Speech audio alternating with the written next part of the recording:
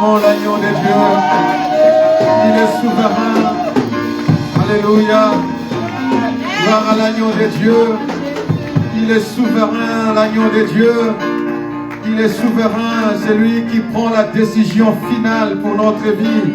Et lorsqu'il décide, personne ne peut aller à la contre de sa volonté. Il est le Seigneur des Seigneurs, il est Alpha et l'Oméga, le commencement de toutes choses et la fin de toutes choses. Acclamons notre Seigneur. Alléluia.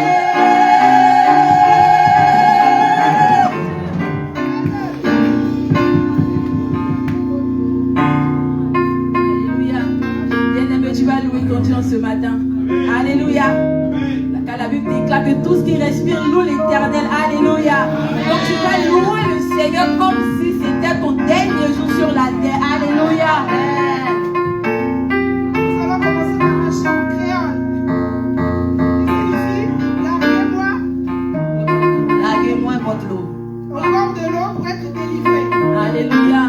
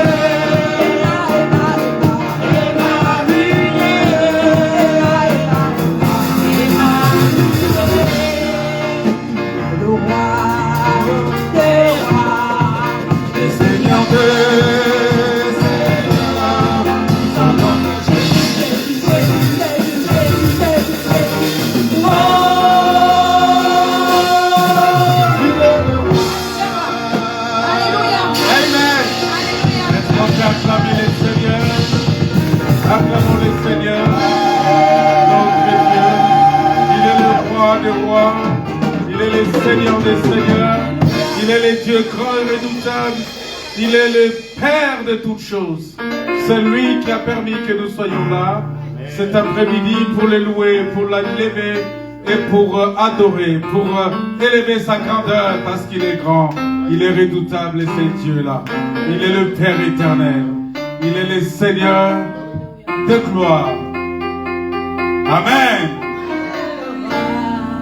Il est le roi, le Seigneur des seigneurs. Son nom c'est Jésus, Jésus, Jésus, Jésus.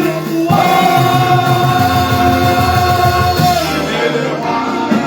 il est le roi, le Seigneur des seigneurs. Son nom c'est Jésus, Jésus, Jésus, Jésus. Oh,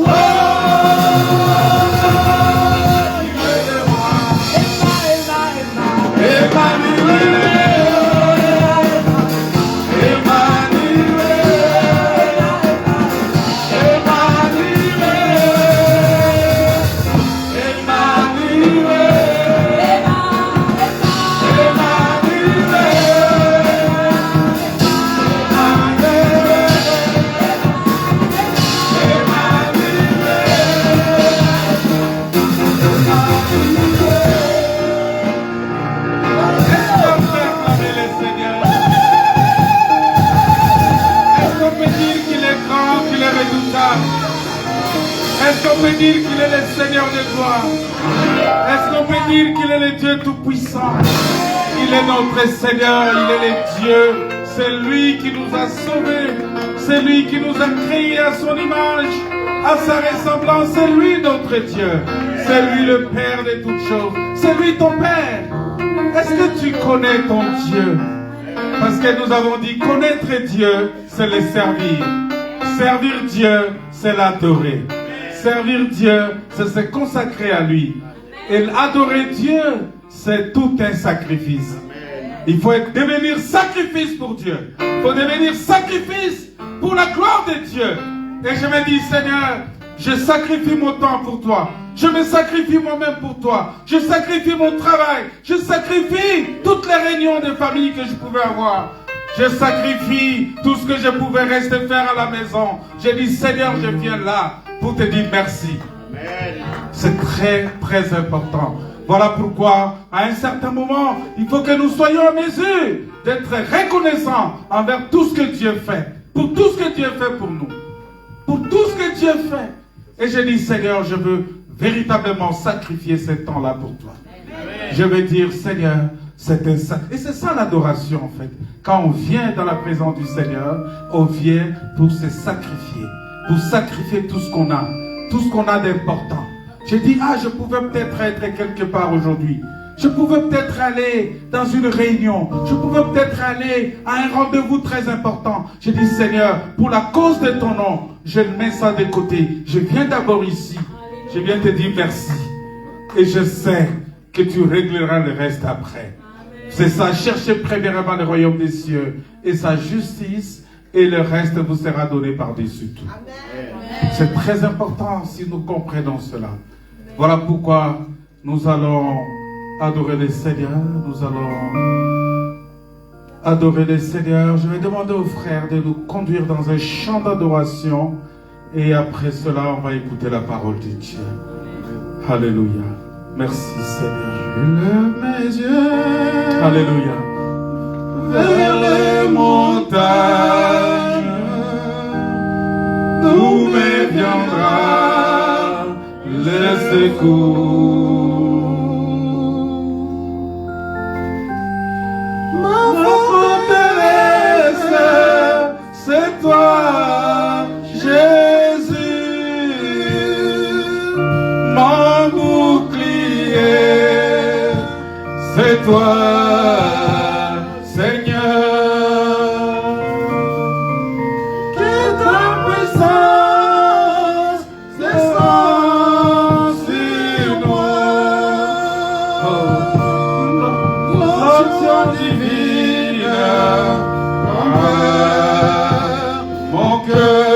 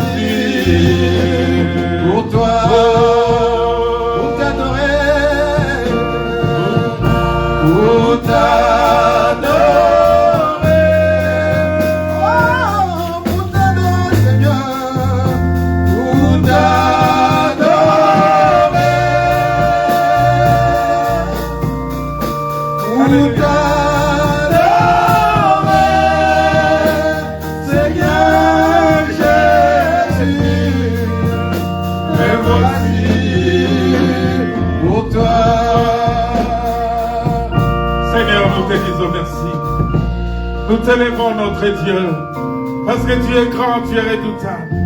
C'est toi qui guéris, c'est toi qui délivres. C'est toi qui sauves, c'est toi qui es notre Père. Si nous sommes là encore cet après-midi, c'est ta grâce qui nous a tirés de partout où nous étions et nous ramener en ces lieux pour ce rassemblement. Oh Dieu Tout-Puissant, laisse que ta puissance nous conduise et que ta parole soit au centre de toutes choses, que cette parole puisse renouveler notre intelligence, puisse nous purifier, nous sanctifier, et que cette parole puisse nous renouveler. Merci Saint-Esprit. Merci pour tout. Merci pour ta grâce. Merci pour ta puissance. Merci pour ta présence. Parce que tu es Dieu. Parce que tu es Seigneur. Parce que tu es le roi des rois. Parce que tu es le créateur de toutes choses. Parce que tu es au-dessus de toutes choses. Que ton nom soit glorifié. Alléluia. Bénis tout un chacun ici. Bénis nos frères, bénis les chantres. Bénis tout un chacun. Alléluia. Merci Saint-Esprit. Merci Dieu de gloire. Que ton nom soit glorifié. Au nom de Jésus. Merci Seigneur. Que Dieu vous bénisse. On va prendre notre Bible dans le livre de Psaume chapitre 63.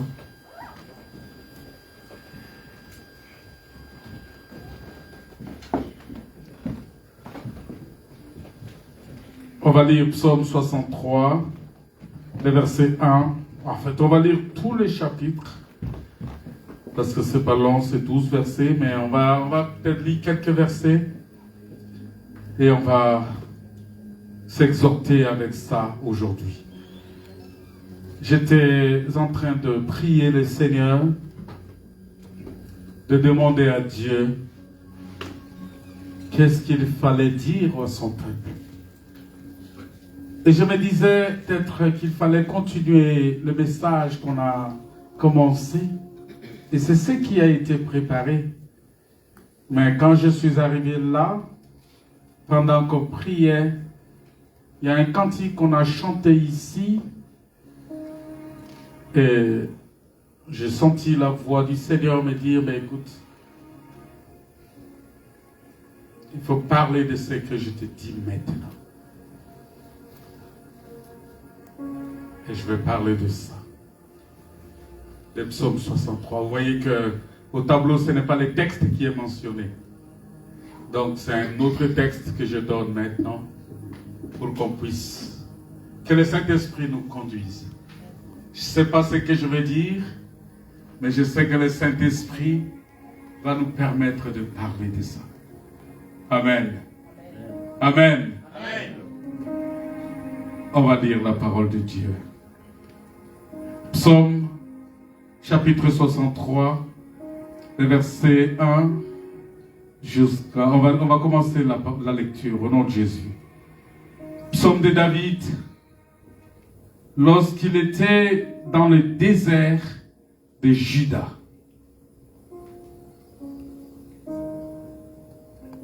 C'est-à-dire c'est un psaume qu'il a chanté quand il était dans le désert. Qu'est-ce qu'il dit? Il dit, ô Dieu, tu es mon Dieu, je te cherche. Mon âme a soif de toi et mon corps soupire après toi. Dans une terre aride, desséchée, dans une terre sans eau.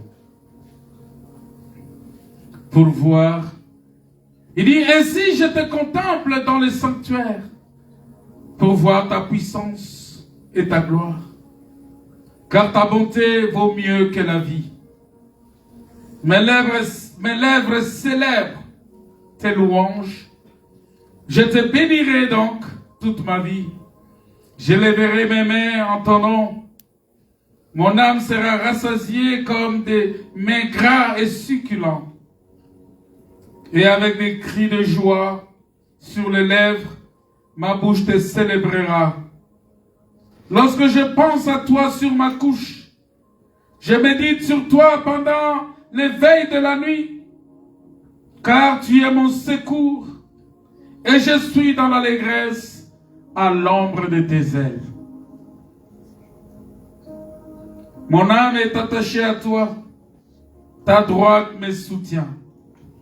Mais ceux qui cherchent à m'ôter la vie iront dans les profondeurs de la terre. Ils seront livrés au glaive, ils seront la proie des chacals. Et le roi se réjouira en Dieu. Quiconque jure par lui, ça glorifiera, car la bouche des menteurs sera fermée. Que Dieu ajoute la bénédiction à la lecture de sa parole. Amen. Bien-aimés, ici c'est un psaume que David a écrit. Et la Bible dit qu'il s'est trouvé en ce moment-là dans le désert. Dans le désert de Juda. On parle du désert de Juda ici. Parce que là, David était en fuite pour sauver sa vie. Au-delà du fait qu'il était poursuivi par d'autres personnes, mais il y a encore son propre fils Absalom qui s'est levé contre lui et qui a monté tout un peuple pour contredire David. Pour dire, écoutez, on va tout faire pour faire échec à tout ce que David est en train de planifier, parce que lui, Absalom, il avait appris que David va transférer la royauté à Salomon. Et cela l'a irrité. Et il s'est levé contre David. Mais ici, ce n'est pas ça, parce que David était poursuivi par Saül ici. Dans les livres dans Psaume 63, ici, il était d'abord poursuivi par Saül. C'est-à-dire que la guerre de David a commencé d'abord de l'extérieur, et puis après, c'est venu à l'intérieur. Et c'est ce que Paul va dire aux anciens d'Éphèse. Il va leur dire que faites attention, il s'introduira au milieu de vous des loups qui ne parieront pas des brebis. Il se lèvera aussi du milieu de vous. C'est-à-dire qu'il y a des gens qui viennent de l'extérieur qui vont s'introduire, mais il y a aussi d'autres qui viennent de l'intérieur. C'est pourquoi un enfant de Dieu doit comprendre que les combats que tu soutiens, ce n'est pas seulement un combat qui vient de l'extérieur, mais c'est un combat aussi qui peut venir de l'intérieur de toi. Les combats qui viennent de l'extérieur, c'est l'attaque que nous recevons du diable, que nous recevons, que le diable peut utiliser les autres personnes, la nature, il peut utiliser toutes sortes de situations extérieures pour nous attaquer. Tu peux rencontrer des combats dans ce sens-là, où tu es en confrontation avec le monde extérieur. Mais il y a un autre combat aussi qui vient de l'intérieur, c'est-à-dire ça vient de toi. Parce que le cœur de l'homme est rempli de toutes sortes de méchanceté, de toutes sortes de mauvaises choses. Et ça crée un combat, c'est-à-dire que c'est la lutte entre les œuvres de la chair et l'œuvre de l'esprit. Et de ton intérieur, cette puissance-là qui est en toi, si tu ne fais pas attention, tu vas commencer à accuser les autres, alors que c'est toi-même qui est la base de ton propre combat. C'est-à-dire que ton péché est à la base de tout ce que tu subis comme situation difficile que tu traverses. N'est-ce pas, Dieu a dit que la main de l'Éternel n'est pas courte, mais ce sont vos péchés qui l'empêchent. C'est-à-dire que ça constitue un centre de combat en nous qui ne permettent pas que le Seigneur puisse agir. Et il faut d'abord vaincre ces situations-là. Parce que vous savez bien, notre objectif pour ce mois de décembre, c'était quoi? Que nous puissions terminer en vainqueur. Alléluia. Que nous puissions terminer en vainqueur.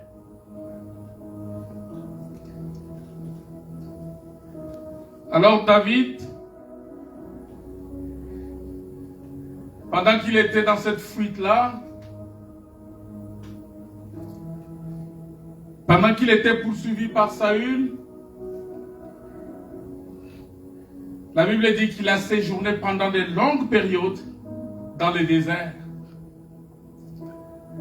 Et même là encore, il a dû se cacher dans les cavernes parce que il était traqué, véritablement traqué par Saül et son armée. Il est allé se cacher dans la caverne. On peut se souvenir de caverne d'En-Gedi qui se trouve dans le désert de Juda. Et comment Saül, qui était entré, avait été épargné par David, parce que David avait l'opportunité de tuer Saül. Le Seigneur lui a livré Saül comme ça entre ses mains. Mais qu'est-ce que David a dit? Je ne veux pas porter ma main sur loin de l'Éternel. C'était dans ce désert-là qu'on appelle En-Gedi. Ça a un sens, ce désert-là. Si le Seigneur permet qu'on puisse enseigner sur ça, le désert d'En-Gedi. Dans la caverne d'En-Gedi. C'est tout un enseignement.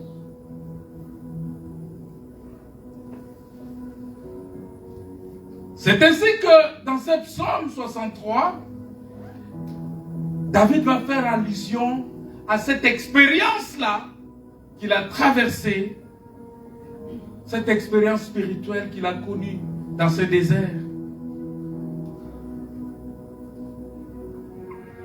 Et c'est ce qu'il va mentionner dans le verset 1. Quand vous lisez le verset 1, qu'est-ce qu'il dit? Il dit, psaume de David, lorsqu'il était dans le désert de Juda. Vous allez voir si vous lisez, pour comprendre cela, c'est 1 Samuel, vous lisez 1 Samuel chapitre 22, tout ça vous allez comprendre, chapitre 22, chapitre 23, l'histoire de ces psaumes-là, ça se trouve là-bas dans 1 Samuel. Parce que la Bible, on la comprend comme ça. Ici, on lit les psaumes, Mais cette somme-là a une ramification quelque part.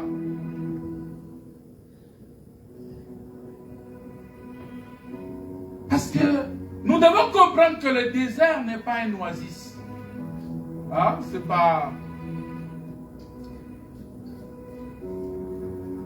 pas une oasis où on s'arrête tout de suite pour se reposer, être ressourcé, parce qu'on a besoin de boire un peu d'eau, tout ça. Alors, parce que pour ceux qui ont vécu dans les déserts, moi j'ai vu ça un peu.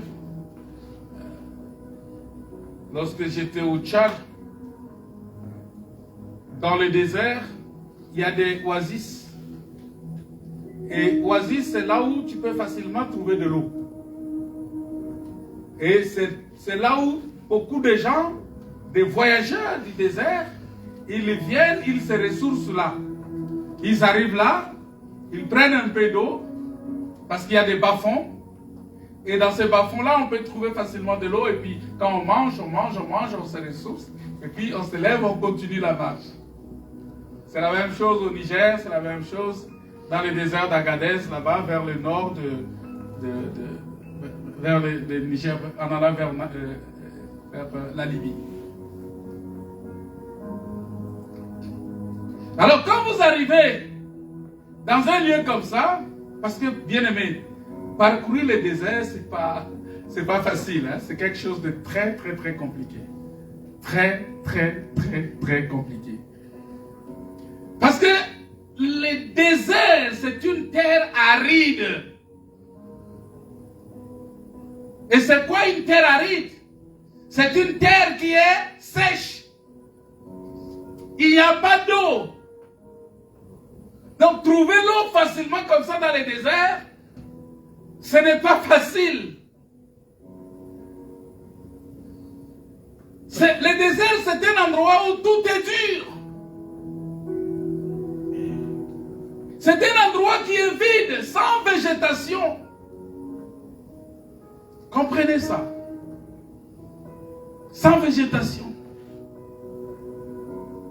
Et c'est un endroit où vous pouvez facilement retrouver les bêtes sauvages qui errent facilement, qui se promènent facilement. Les bêtes sauvages, vous pouvez les rencontrer facilement comme ça dans le désert.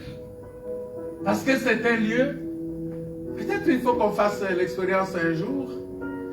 Hein, le frère qui nous font des rallyes ici, de local, qui sait conduire, il conduit très très fort, et le frère Fortuné, le frère Fridolin, lui il conduit avec une vitesse bien millimétrée. Il peut nous amener là-bas en rallye. Comme ça, on va vivre cette expérience de désert que je vous explique ici. C'est extrêmement... Les Anglais disent « It's very amazing ».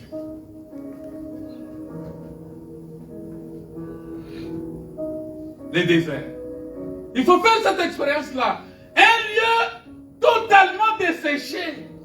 Un lieu où quand tu arrives, ça, déjà, tu regardes comme ça, tu ne sais même pas où est-ce que tu vas. Et au milieu du désert, tu te poses la question, je viens d'où? C'est-à-dire parce qu'il n'y a pas de chemin dans le désert. Il n'y a pas de chemin. C'est-à-dire que quand tu marches, tu es en train de te perdre sans te rendre compte. Mais regardez Israël, qui a quitté l'Égypte, qui devait en réalité faire 4 jours pour entrer à Canaan. Mais ils ont fait combien? 40 jours.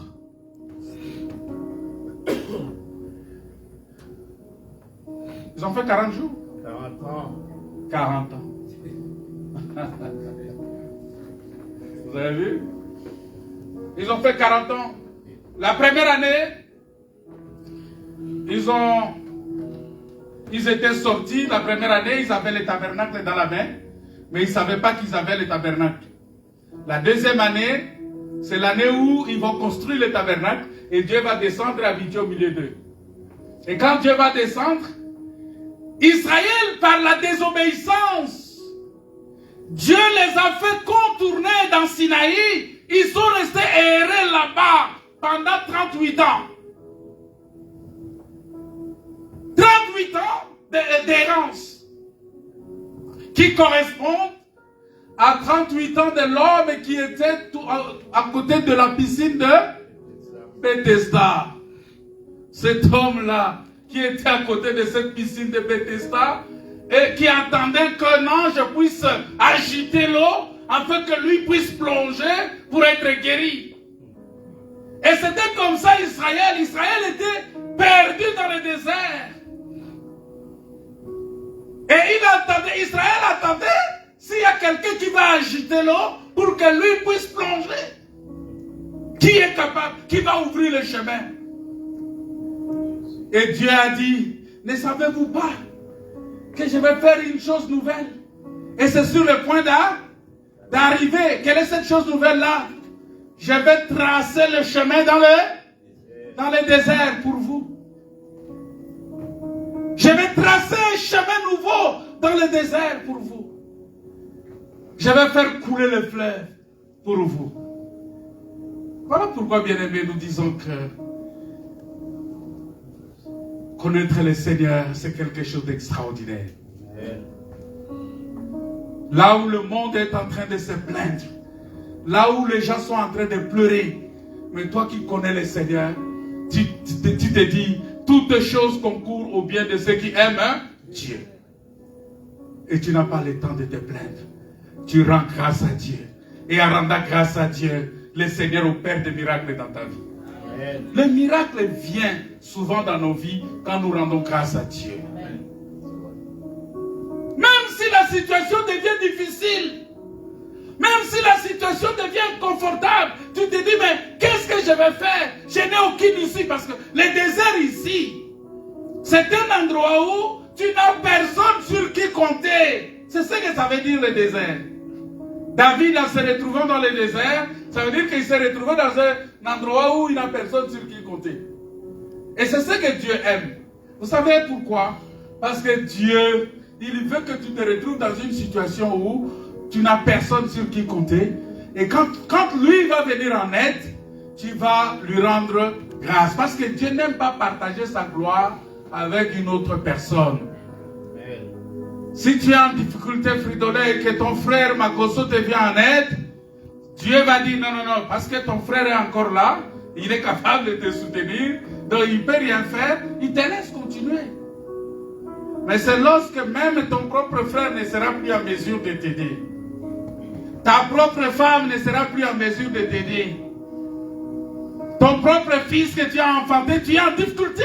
Tu as besoin d'argent, mais ton fils n'est pas capable de t'aider.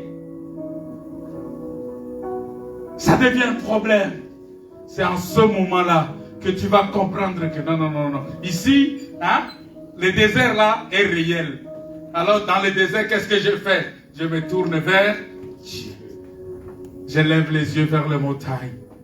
D'où me viendra le secours. Et en ce moment-là, tu vas dire, le secours me vient de l'Éternel. Dieu veut que tu arrives à ce point-là. Parce qu'il ne veut pas partager sa gloire. Si tu as encore la force de faire quelque chose, mais tu vas dire quoi? Oh mes frères, heureusement que j'étais quand même fort. Mes frères, vous savez, étudier c'est bien, heureusement que j'avais étudié. Je suis sorti ingénieur quand même en électricité comme mon frère. Il est ingénieur, électromécanicien, il sait faire des choses, il peut créer des choses. Et il va dire, oh non, mes frères, mais heureusement que j'avais... vous savez, c'est... mais non, vous savez, travailler le chauffage, travailler la climatisation, travailler... Oh, mais heureusement, mais c'est parce que je maîtrise quand même la route, mon frère. Sinon, j'allais me retrouver... Non, c'est pas parce que tu maîtrises la route. Ce n'est pas parce que tu es chauffeur attitré. Non! Si tu es sauvé, c'est parce que Dieu t'a sauvé. C'est parce que Dieu t'a protégé. Oh non, c'est parce que je t'ai... Non mais... mais frère, mais heureusement j'étais prudent. Non, c'est pas toi. C'est pas toi. Heureusement que le frère Stéphane était là. Stéphane m'a... Non. Heureusement, oh non. Mais frère, tu sais, il faut d'abord que tu comprennes une chose. Que même si Stéphane ne peut venir en aide, c'est Dieu qui l'a touché, c'est Dieu qui l'a soulevé de là où il était, parce que peut-être qu'il n'avait même pas ton programme dans sa tête, mais Dieu lui met à cœur de se lever et de venir vers toi. C'est comme ça que Dieu fait les choses. Voilà pourquoi tu peux quitter. Tu es en train d'aller quelque part et subitement tu te retrouves quelque part. Tu croises un frère ou tu crois. Tu ne sais pas pourquoi tu l'as croisé. C'est parce que c'est Dieu qui l'a mis sur ton chemin. Soit pour que toi tu l'aides, soit pour que lui t'aide. Alléluia. Et les enfants de Dieu doivent comprendre ça. Le désert. Voilà pourquoi il faut connaître Dieu.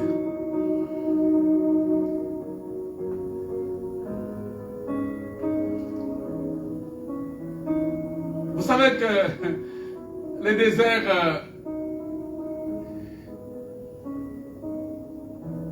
n'est en général pas un endroit où on aime séjourner. Ce n'est pas un endroit où on peut aller jouir de l'abondance. Ce n'est pas un endroit où... Ce n'est pas un lieu de joie. Ce n'est pas un lieu où on va faire les shows. Ce n'est pas un lieu de renouvellement. Ce n'est pas aussi un lieu de rafraîchissement. Le désert, c'est un lieu aride. C'est-à-dire quand tu te retrouves dans le désert, tu es coincé de toutes parts. Et vous savez, c'est un langage courant maintenant chez les gens. Je ne sais pas si tu as déjà appris ça. Les gens disent, ah mais frère, je traverse le désert. Les gens disent ça facilement, mais ils n'ont pas compris la réalité du désert. Tu es en train de manger, tu es en train de boire, et tu dis bonnement que tu traverses le désert. Simplement parce que tu n'as pas touché l'argent. Il y a certaines personnes ici qui sont très allergiques à l'argent. S'il n'a pas l'argent, il est malade. Il suffit seulement de lui donner l'argent, il est guéri tout de suite. Il ne faut pas être esclave de l'argent, frère.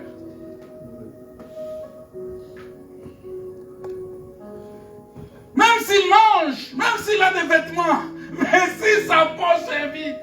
Moi, je connais une maman qui me disait, moi, quand il y a l'argent dans ma main fonctionne. Quand j'ai l'argent, mon pied aussi fonctionne. Parce que je peux me lever, donc là je suis très à l'aise. Non.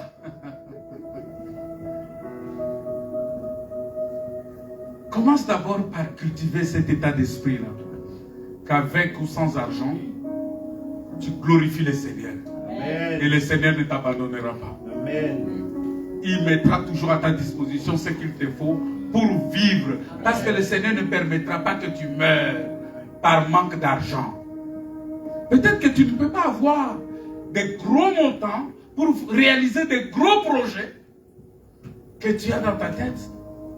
Et peut-être que ce projet-là aussi, ce n'est pas encore dans la volonté de Dieu. Parce que des fois, nous forçons beaucoup de choses et ça nous met en difficulté. Une fois, quelqu'un m'a forcé, il m'a dit, bon, m'a forcé, il est venu me dire, non mais frère, tu sais, on doit investir quelque chose, il faut mettre l'argent. Bon, j'ai prié, j'ai dit, Seigneur, on va mettre l'argent, je prends l'argent, je mets dedans l'argent. Tout l'argent est parti comme ça. Et je vois l'argent en train de partir comme ça. Après, j'ai dit à ma femme, j'ai dit, pardon. L'argent est en train de partir et c'est parti. Si je vous donne le montant, c'est quand même un vertige. Et c'est parti comme ça. Parce que quelqu'un est venu te dire, bon, si on met ça dedans, ça va tourner ici, on va travailler, ça va donner de l'argent, ça va faire ceci, ça va produire, ça va... Est-ce que c'est Dieu qui t'a dit que ça va produire? Des fois par avarice, des fois par l'amour de l'argent, on veut gagner tout de suite. mais on tombe dans les panneaux du diable. Alléluia. Voilà pourquoi nous devons faire très attention. Le désert. Vous savez, dans la vie chrétienne est constituée de 3 étapes. L'étape de la sortie de l'Égypte, ça c'est la première étape. C'est-à-dire dans cette étape-là, je crie au Seigneur, alléluia, je connais le Seigneur, je suis baptisé, je viens au Seigneur, je viens à l'église, ça c'est l'étape de sortie de l'Égypte. Tu es sorti de l'Égypte. Ça c'est la première étape et ça c'est facile. C'est très facile. Pour que tu entendes la parole et tu te décides, bon, je donne ma vie à Jésus. C'est facile. Hein? C'est facile de dire oui, tu viens, on te prend, on te baptise dans l'eau. C'est facile. Cette étape-là, tout le monde le fait. Mais c'est la deuxième étape qui est déterminante. La deuxième étape, c'est l'étape du désert. C'est-à-dire que quand tu sors de l'Égypte, prépare-toi à entrer dans le désert. Pourquoi dans le désert? Parce que dans le désert, c'est le lieu où Dieu vient nous préparer. Dieu vient nous tailler. Dieu vient nous éprouver.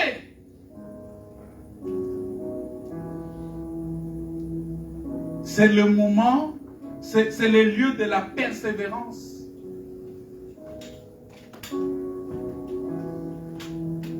Dans le désert. C'est la deuxième étape.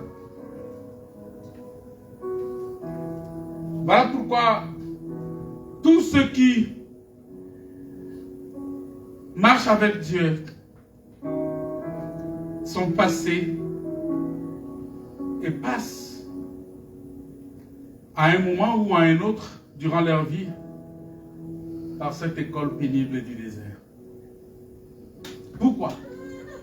C'est enfin d'apprendre à mieux connaître Dieu. Voilà pourquoi on dit connaître Dieu, c'est le servir. Parce que les gens ne connaissent pas bien Dieu. Comme je le dis toujours, les gens pensent que Dieu, c'est comme un féticheur. Hein? Quand ça ne va pas, tu viens chez lui. Hein? Et quand il te donne ce qu'il te faut, tu prends quelque chose, tu dis, bon allez, c'est bon, ça marche maintenant. Allez, tu pars, tu n'as plus besoin de féticheur. Quand ça marche, tu n'as pas besoin de lui. Quand ça ne marche pas, tu reviens. Si l'esprit des morts commence à visiter les gens ici, les gens vont courir ici, compris pour eux. Ils vont appeler les pasteurs dans tous les sens. Pasteur, j'ai des problèmes, j'ai fait de cauchemars. Pasteur, ça ne va pas, je ne dors pas, trop d'attaques, pasteur. Vraiment, ça ne marche pas. Pasteur, j'ai des problèmes de visitation, j'ai des situations. Mais pasteur, priez pour moi. Vrai ou faux, Stéphane? Hein?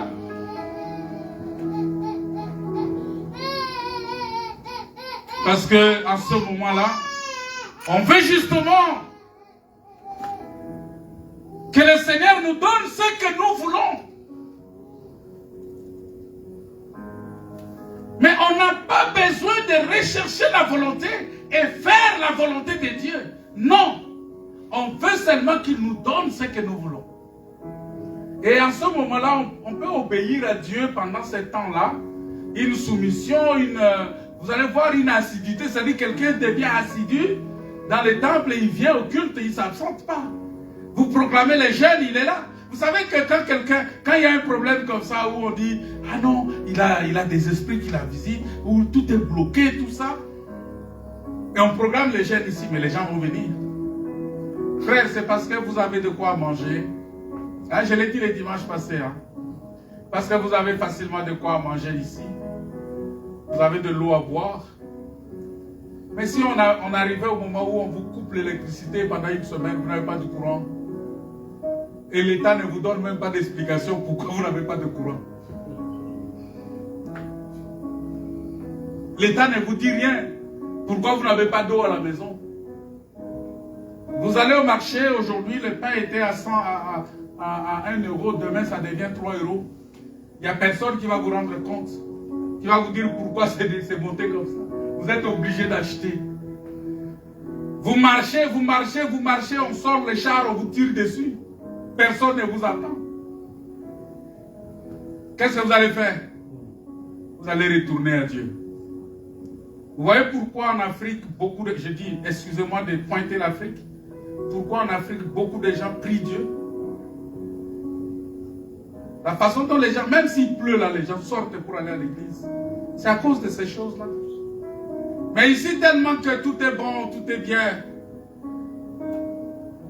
Des fois, tu peux aller même prendre un crédit. Parce que tu n'as rien, les crédits de consommation, c'est ça, non? Tu vas prendre un crédit, et après tu vas manger. Même si tu n'as pas l'argent pour rembourser un jour, on va dire, bon, on va faire les processus pour l'effacement des dettes. Et les gens sont habitués dans ces choses comme ça. Tu es content avec ça? Tu es content avec ça? Et dans des situations comme ça, on te dit, crois au Seigneur. Tu te dis, oh, mais écoutez, j'ai encore beaucoup de choses à faire. N'est-ce pas, Alex? Les gens vont dire, non, j'ai encore beaucoup de choses à faire. Mais écoutez, prier Dieu? Non, ça va venir. Je n'ai pas encore le temps. Je vais venir, je vais trouver le temps. Pasteur, ne t'inquiète pas. Je vais trouver le temps. Ça va venir. C'est comme si c'est lui qui a créé le temps. Et Dieu aussi peut lui dire, aujourd'hui même ton âme te sera redémarrée. C'est lorsque la mort va cogner à sa porte, il y a quelqu'un qui m'a appelé de toute urgence. On venait prier parce qu'il était à l'hôpital dans une situation catastrophique. Et à ce moment-là, c'est à ce moment-là qu'il pense à Dieu. Et on m'appelle, on dit, bon, on va aller prier pour lui. On va en prier. Le Seigneur l'a guéri, le Seigneur l'a délivré, il est sorti de l'hôpital. Alors qu'il était sous oxygène. Mais après, tu lui dis, bon, viens écouter la parole de Dieu. Il te dit, oh, pasteur, je vais voir si je trouve le temps, je vais venir. Mais quand il était sous oxygène, il avait le temps. Pour qu'on vienne prier pour lui. Vous comprenez ça? C'est ça la nature de l'homme. Et c'est très, très, très dangereux. Voilà pourquoi le Seigneur permet certaines choses dans la vie. Il permet que tu rentres dans les déserts pour comprendre la réalité. Beaucoup de gens ne comprennent pas la réalité de la vie.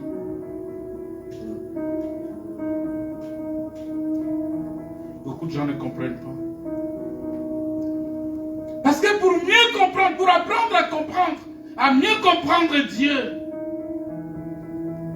et à ne compter que sur Dieu seul, il faut que tu te retrouves dans le désert. Est-ce que je peux prier que vous soyez dans le désert? Les gens ne vont pas aimer cette prière. Hein? Si je prie, je dis, bon, je vais prier pour que vous vous retrouvez dans le désert pour apprendre à mieux connaître Dieu. Qui va accepter cette prière-là? On dit, oh, le pasteur là, vraiment, il prie pour que nous souffrons. Les gens vont fuir, n'est-ce pas? Ils vont fuir les cultes. Mais regardez, le Seigneur Jésus-Christ, avant de commencer son ministère, a été conduit expressement, la Bible dit ça, hein, expressement par le Saint-Esprit dans le désert. Vous n'avez pas lu ça? Il a été conduit expressement. Attends, je vais chercher ce texte-là.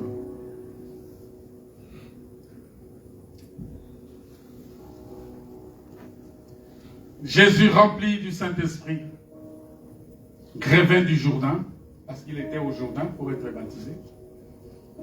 Il revint et il fut conduit par l'Esprit dans le désert.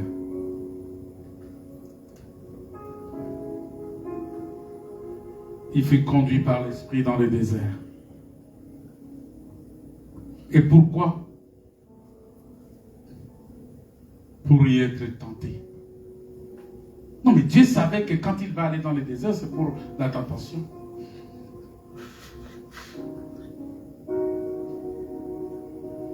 C'est comme ça qu'il a été tenté comme nous en toutes choses. Mais pour lui, la Bible dit qu'il n'a pas commis le péché.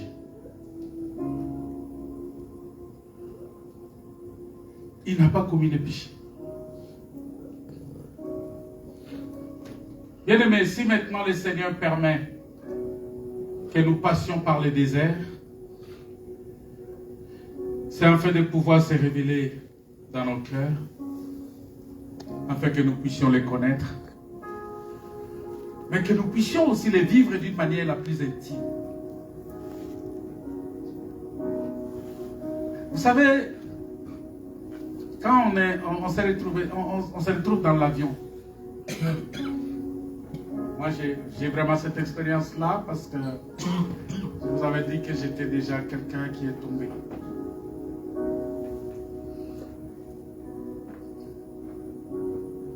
On se retrouve dans l'avion et les trous d'air commencent. On rentre dans une zone de turbulence. L'avion commence à faire... Qui ne va pas prononcer le nom du Seigneur là? Hein? Même c'est lui. Même s'il ne va pas sortir ça comme ça, mais dans son cœur, Seigneur, Seigneur, Seigneur, Seigneur. Il va murmurer le nom du Seigneur.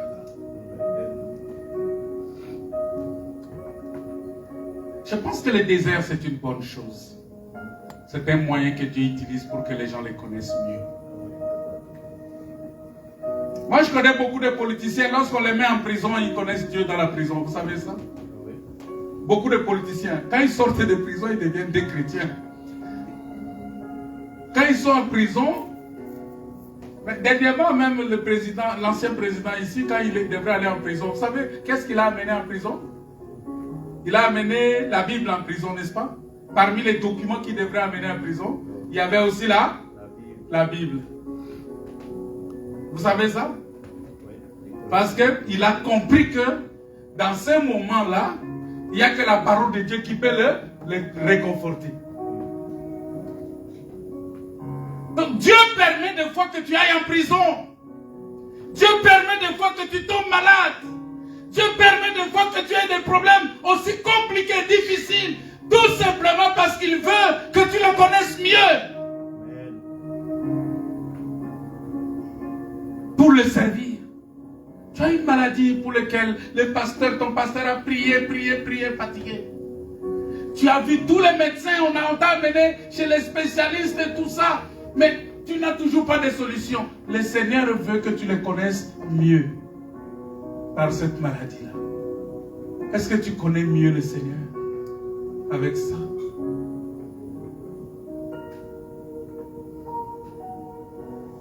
Tu travailles. Tu n'arrives toujours pas à économiser. Des fois, on peut voir le diable dans ça. Oh non, vraiment, frère, j'ai des problèmes. Vraiment, je ne sais pas si c'est le diable. Je travaille, je gagne de l'argent, mais je n'arrive pas à économiser. C'est parce que tu ne connais pas encore intimement le Seigneur. Le Seigneur permet qu'il y ait des sauterelles qui viennent bouffer cet argent-là sans que tu ne le saches. Il va te soumettre à des dépenses non calculées. Des dépenses inutiles. Même l'argent que tu as mis dans le livret A, tu vas aller chercher ça pour dépenser. Et c'est après que tu te rends compte, mais qu'est-ce que j'ai fait de tout cet argent-là? Qu'est-ce que j'ai fait? Mais les jours où tu vas connaître intimement le Seigneur et que tu vas te laisser guider par lui, l'ordre va revenir dans ta vie. L'ordre va revenir dans ton foyer. L'ordre va revenir dans ta gestion. L'argent que tu dépensais pour aller en boîte, ça va servir à payer la facture de l'électricité ou de téléphone. N'est-ce pas que tu as gagné quelque chose? Tu ne seras plus à découvert. Parce que tu sauras programmer tes dépenses. Les dépenses inutiles vont sauter.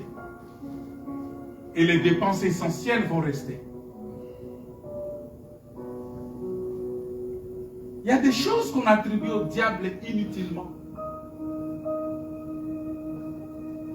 Apprends à connaître le Seigneur intimement. Si tu le connais intimement, ça sera une bonne chose.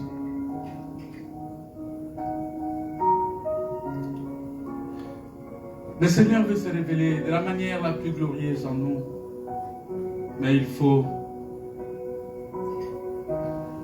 Parce que, qu'est-ce que le Seigneur veut? Pourquoi il nous amène dans le désert? Parce qu'il veut nous aider à nous dépouiller de notre vieil homme. Notre vieille manière de penser. Notre vieille mentalité. Notre ancien mode de vie. Que nous puissions être dépouillés de ces choses-là. Il nous amène dans le désert. Il veut que nous puissions être vidés de notre propre énergie. Ça, c'est la deuxième étape de la vie chrétienne. Et c'est là où on reconnaît un vrai chrétien. Frère,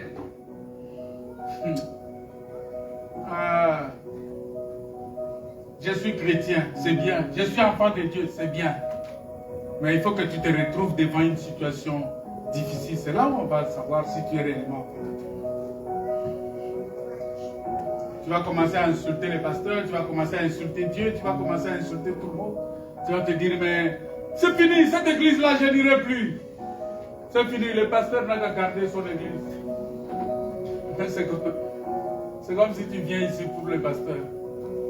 Mais le jour où tu comprendras que tu ne viens pas ici pour le pasteur, que tu viens ici pour ton salut, tu en feras une priorité. Alléluia. Et tu te diras, le frère m'a raconté une histoire aujourd'hui, ce matin. Ça m'a fortement touché. Il y a une sœur qui est venue, je peux me permettre de répéter ça. Il y a une sœur qui est venue à l'église et qui a vu que tout le monde était sur son téléphone. Parce que cette histoire-là aussi, il faut que ça s'arrête. Que les gens ils viennent à l'église. Même en pleine prédication, les gens sont là en train de faire des selfies. Je ne sais pas si vous constatez ça aussi. Hein? Les gens en train de faire des selfies, en train de danser pour poster sur TikTok, pour montrer qu'ils étaient à l'église. Hein? En plein culte, hein? On fait des selfies. Et il fait des... En plein culte. Les gens sont plus cool, même en plein culte comme ça.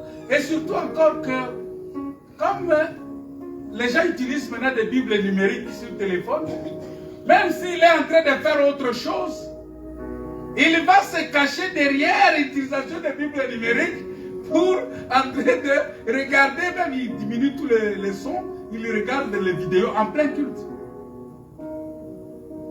Il regarde des choses. Et c'est fréquent maintenant. Alors une sœur est venue, elle était scandalisée. Elle a vu que les gens étaient sur leur téléphone. Tout ça. Et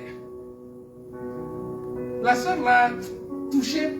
Elle est allée voir le pasteur. Elle a dit au pasteur, pasteur, l'église là, j'ai vu que les gens ne sont même pas convertis. Hein. Parce que comment dans ton église, je viens, tout le monde est sur le téléphone. La plupart des gens sur leur téléphone, en train de s'écrire des messages. Tu vois, et il envoie des messages à ses amis. Pendant qu'on est en train de prêcher. Tu vas voir Dylan sur son téléphone en train d'envoyer des messages. Tu vas voir, je ne sais pas qui, Elion sur son téléphone ou Péniel sur son téléphone. Je sais que tu n'es pas sur ton téléphone, ne te fâche pas. C'est juste un exemple que je donne. Sur son téléphone en train de jouer avec. Il a dit, la sœur a dit non, je ne vais plus venir dans cette église-là. Parce que je trouve que les gens ne sont pas convertis. Alors le pasteur lui dit, ok, tu peux venir le dimanche prochain. Vraiment, je te supplie, viens le dimanche prochain. La sœur revient le dimanche prochain, le pasteur prend un verre d'eau comme ça, il remplit l'eau, il donne à la sœur pendant le culte. Il dit à la sœur, comme l'eau là est pleine, tu vas marcher avec cette eau là. Et que l'eau ne puisse pas se renverser. Marche avec ça pendant le culte.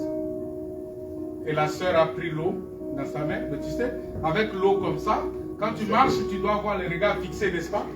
Parce que si tu ne regardes pas, l'eau va se renverser. Vrai ou faux? Alors, la sœur a marché. Après le culte, le pasteur lui pose la question. Ma sœur, est-ce que tu avais vu les gens avec leur téléphone aujourd'hui? La sœur a dit non. Moi, j'étais concentré sur l'eau. J'étais très concentré sur l'eau. Je ne voulais pas que ça se renverse. Donc, j'étais vraiment concentré. Et donc, je n'ai pas vu. Je n'ai même pas pu regarder les autres. Le pasteur lui a dit, bon, voilà. Quand tu viens à l'église, concentre-toi sur la prédication, sur l'adoration et la prédication. Ne regarde pas celui qui est à ta gauche. Ne regarde pas celui qui est à ta droite. Regarde, tu es venu pour qui? Pour le Seigneur. Et depuis ce jour-là, la sœur a compris. Elle vient à l'église.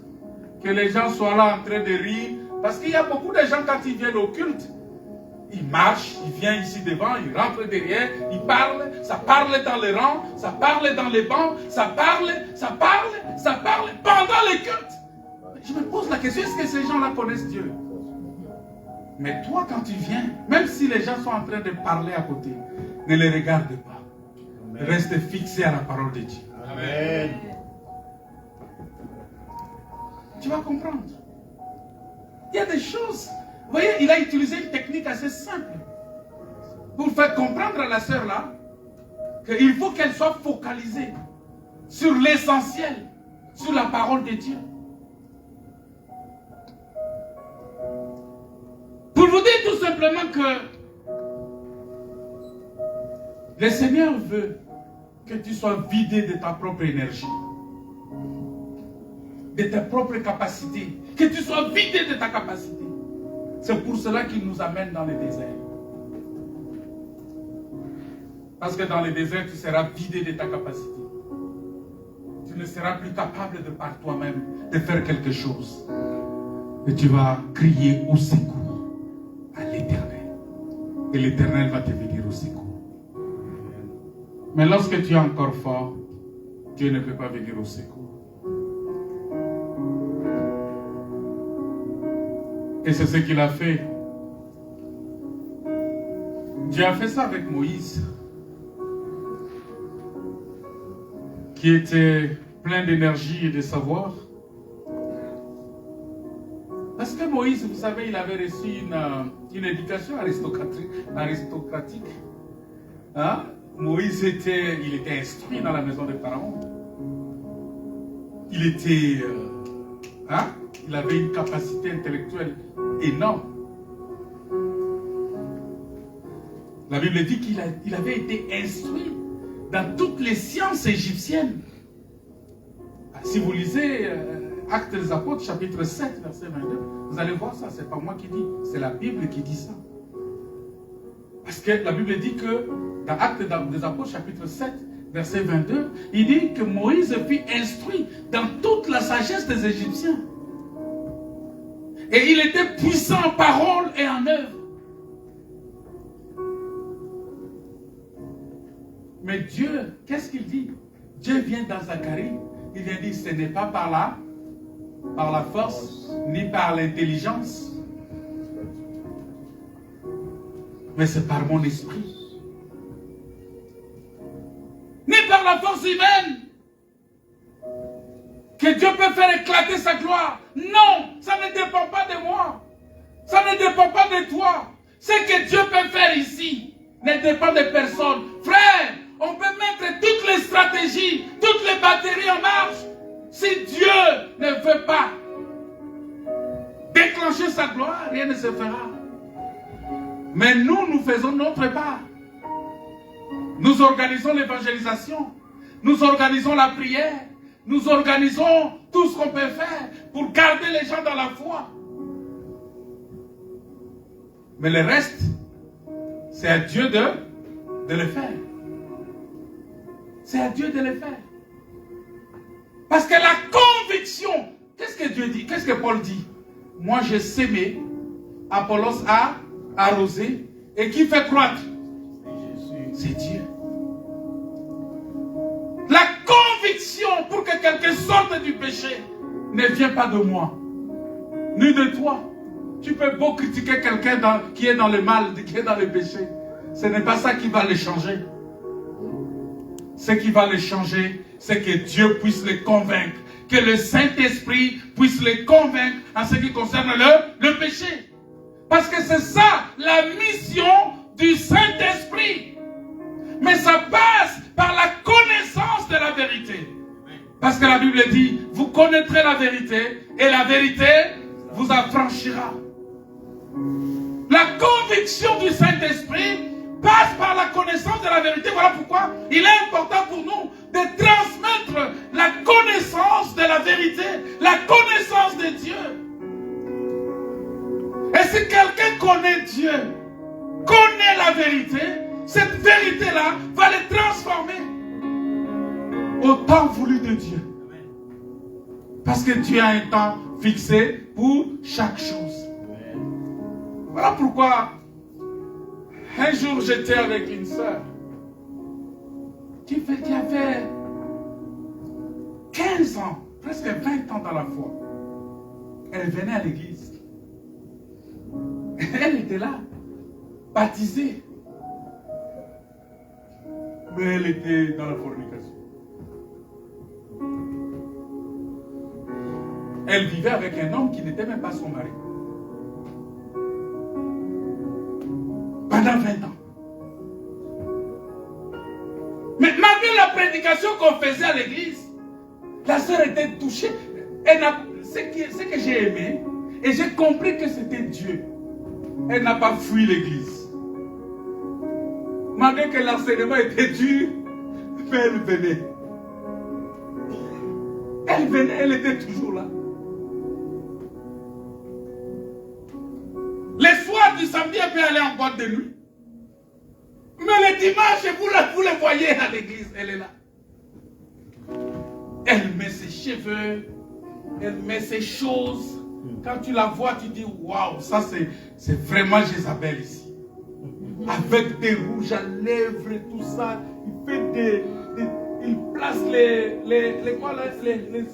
comment on appelle ça? Les cils là, il place ça, c'est vraiment un phare terrible.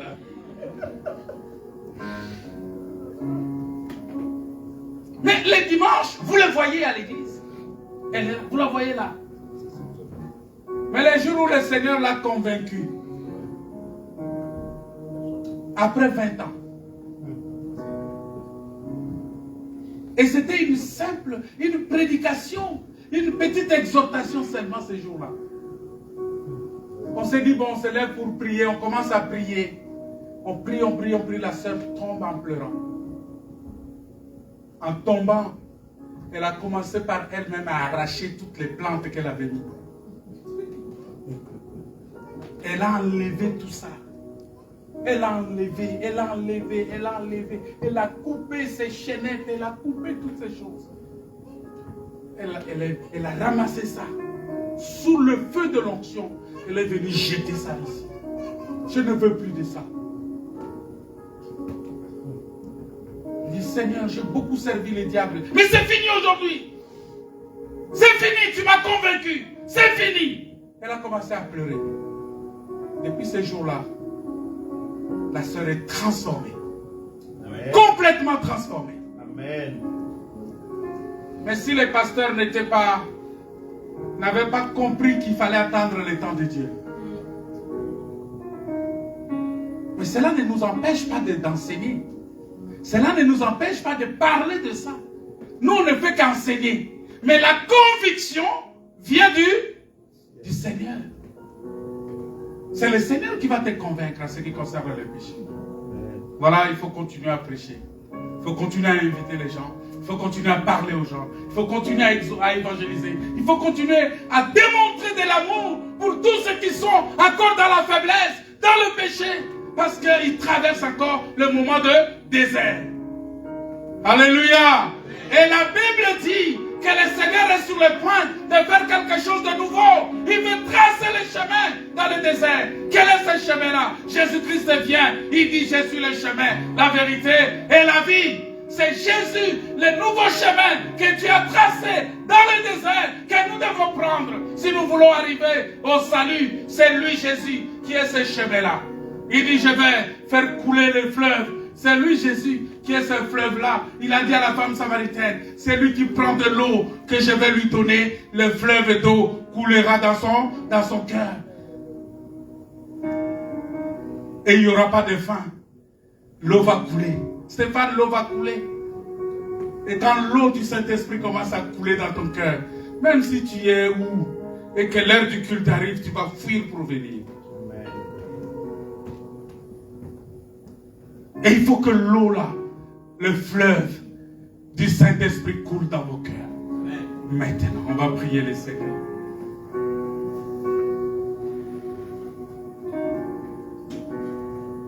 Il dit, ce n'est ni par la puissance, ni par la force humaine qu'il peut faire éclater sa gloire. Parce qu'il ne donne pas sa gloire à une autre. Mais c'est par son Esprit Saint, dit l'Éternel des armées. C'est ainsi que Moïse a dû séjourner 40 ans dans le désert avant d'être apte à être employé par Dieu. Il a fait 40 ans dans le désert de Madian. C'est là où il est allé rencontrer sa femme. Comment s'appelle la femme de Moïse? Hein? Il faut lire la Bible encore. Il faut lire la Bible encore. Frère Yanis. C'est Séphora. Vous devez lire la Bible, hein? C'est Séphora, la femme de Moïse. Il a rencontré sa femme. Tu vois, c'est des exercices comme ça, on va faire tout le temps.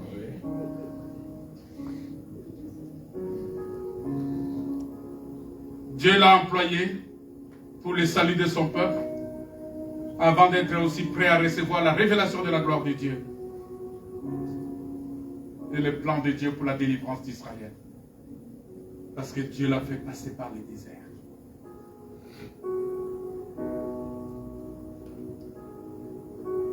Israël devrait passer par le désert. Parce que la troisième étape, ça sera l'étape d'entrée en Canaan. Mais tant que tu n'es pas passé par le désert, tu n'as pas connu les hauts et les bas du désert, tu ne pourras pas entrer à Canaan. Parce que quand tu vas entrer, tu ne sauras pas comment vivre à Canaan. Voilà pourquoi le Seigneur te laisse. Les assemblées là où nous sommes là, frère, c'est le désert. Est-ce que vous savez ça? Tel que nous sommes là, c'est un désert. Et dans le désert, il y a tout. Il y a beaucoup de choses. Dans le désert, il y a les serpents brûlants. Dans le désert, il y a les Amalécites. Amalek est dans le désert. Dans le désert, il n'y a pas d'eau. Dans le désert, il n'y a pas la nourriture. Voilà pourquoi il faut avoir les rochers avec toi. Il faut avoir Dieu avec toi. Et c'est comme ça que David va dire, dans Psaume 63, là, il dit quelque chose de très important. Il dit ceci, il dit, Seigneur, il dit, oh Dieu, tu es mon Dieu, je te cherche. Je te cherche, mon Dieu, parce qu'il était dans le désert, bloqué. Il n'avait personne sur qui compter. Et il a commencé à chercher Dieu. Et la Bible dit que Dieu est le rémunérateur de qui? De tous ceux qui le cherchent. Si tu le cherches, pendant que tu es dans le désert. Cherche Dieu. Ne cherche pas ton cousin. Ne cherche pas ton oncle. Ne cherche pas ton mari. Ne cherche pas ta tante. Ne cherche pas ton père. Cherche Dieu. Si Dieu veut utiliser ton père, ta mère, ta tante, ton oncle pour te secourir, et c'est Dieu qui va l'envoyer. Pas toi. Tu ne peux pas être mendiant. Un enfant de Dieu ne peut pas être mendiant. Parce que Dieu est capable de mettre les corbeaux à ta disposition. Amen. Dieu va envoyer les corbeaux pour te nourrir. Dieu va faire descendre la manne pour toi. Dieu va ordonner au rocher de sortir de l'eau pour toi. Vous savez, c'est facile. Il n'y a pas d'eau. Et les rochers sortent de l'eau. Les rochers. Est-ce qu'il y a une pierre ici? On prend une pierre comme ça. On dit, bon, elle sort de l'eau. Et la pierre sort de l'eau. l'huile d'olive, c'est facile. Dieu va descendre en lui-même pour te cuisiner sur les rochers. C'est ce qu'il a fait pour Élie. Dieu est descendu, il a fait la cuisine pour Élie. Il a préparé la nourriture, mais sur le rocher. La Bible dit, il a allumé le rocher et il a fait cuire le pain. Et Élie a mangé. Vous voyez ce que Dieu fait? Parce que tu es dans le désert. Tu es dans un lieu où il n'y a que son secours qui peut te sortir de là. Tu as besoin du secours de l'Éternel. Mets-toi debout, on va prier. On va prier, mettez-vous debout. On va prier. On va prier le Seigneur.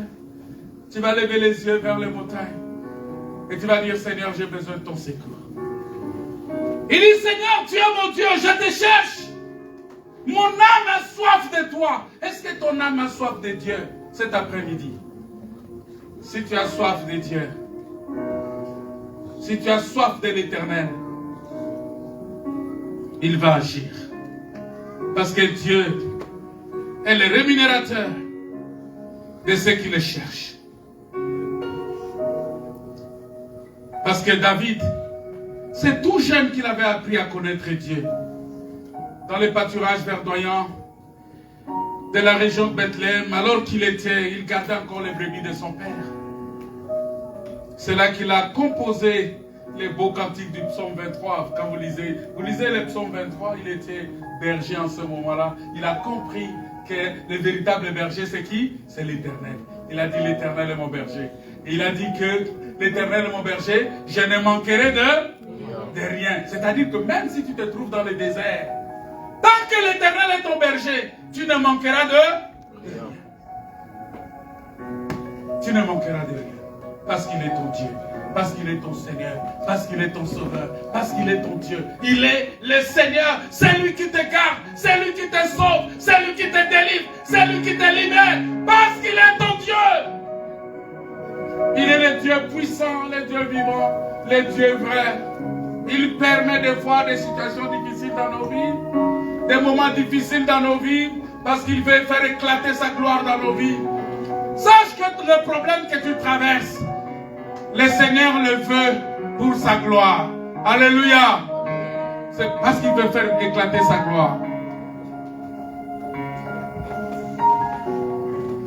Il veut faire éclater sa gloire, le Seigneur.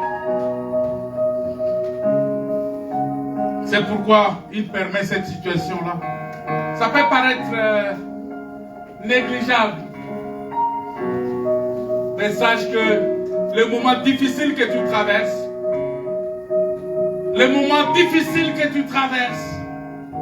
Dieu a voulu ça. Parce qu'il veut éclater sa gloire dans ta vie. Alléluia. Tu vas recommander ton sort à l'Éternel. La Bible dit que Dieu est le rémunérateur de ceux qui le cherchent. Il est le rémunérateur de ceux qui le cherchent. Est-ce que tu cherches Dieu ce matin? Qui cherche Dieu ce matin? Dieu va te rémunérer. Dieu va pourvoir à tes besoins ce matin même. Il va t'accorder ce que ton cœur désire. Parce qu'il est ton Dieu. Il est ton Seigneur. Alléluia.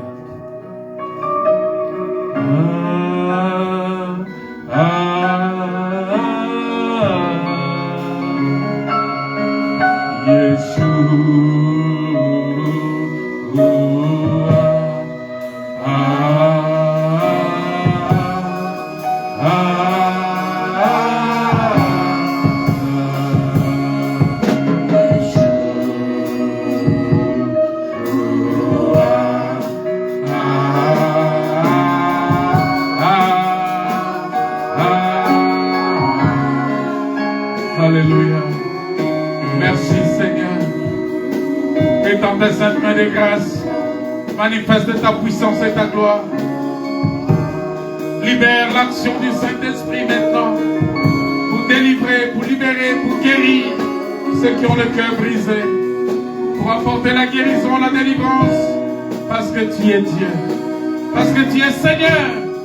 Tu es le rémunérateur de tous ceux qui te cherchent. Que tous ceux qui sont venus malades ce soir soient guéris au nom de Jésus. Que tous ceux qui souffrent, tous ceux qui ont des blocages dans leur situation familiale, dans leurs affaires, qu'ils connaissent le succès maintenant au nom de Jésus. Seigneur, viens agir maintenant au milieu de nous, parce que tu es Dieu. Que la gloire te soit rendue au nom de Jésus. Amen. Soyez bénis. Soyez bénis. Amen.